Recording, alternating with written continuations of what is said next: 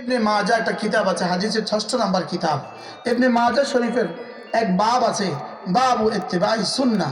এই বাবের মধ্যে তিনি লিখছেন, আল্লামা কে কি নাম, আহমদ আলী চারানপুরি রহমতুল্লাহ আলাইহ। তিনি লিখেন, একজন মুসলমান মসজিদে যাবে, মসজিদে গিয়ে সে জুতো খুলবে।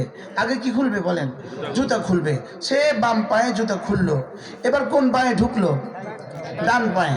স্বাভাবিকভাবে ডান পা আপনি মসজিদে আগে দিলেন, লেকিন ডান পা যদি আগে দেওয়ার জন্য ডান পা জুতা খুলেন তো একটা সুন্নাত ছুটে গেল। তা আপনি আগে কোন পা খুলবেন?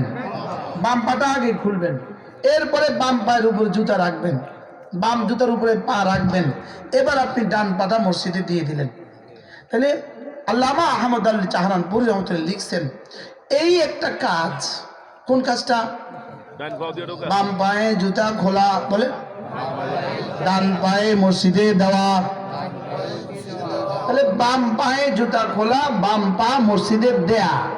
আল্লামা আহমদ আলী চাহারানপুরি রহমতুল্লাহ লিখছেন, এই কাজটা হইতে পারে মসজিদ বানানোর চেয়েও আল্লাহ তাআলার কাছে শ্রেষ্ঠ।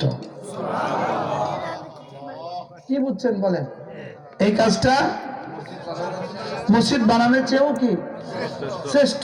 আপনি প্রশ্ন করে বুঝে, এটা বুঝে একটা কথা, 1 কোটি টাকা ব্যয় মসজিদ বানাইলো, আর আরেক বেটা শুধু বাম পায়ে জুতো খুললো আর ডান পায়ে মসজিদে ঢুকলো, এটা বুঝে ওটা থেকে শ্রেষ্ঠ। আল্লামা আহমদ আলী চাহারানপুরি রহমতুল্লাহ লিখছেন, হ্যাঁ, মসজিদ বানানো হলো নফল, সবার জন্য সুন্নত না। এটা আমরা অনেকেই জীবনে বানাই নাই, বুঝেন নাই কথা। লেকিন বাম পায়ে জুতা খোলা, ডান পায়ে মসজিদে ঢুকা, এটা হলো সুন্নত। সুবহানাল্লাহ বলেন। এবার এটার দাম কত, ওটার দাম কত? এবার মসজিদ বানানোর দাম আছে না নাই?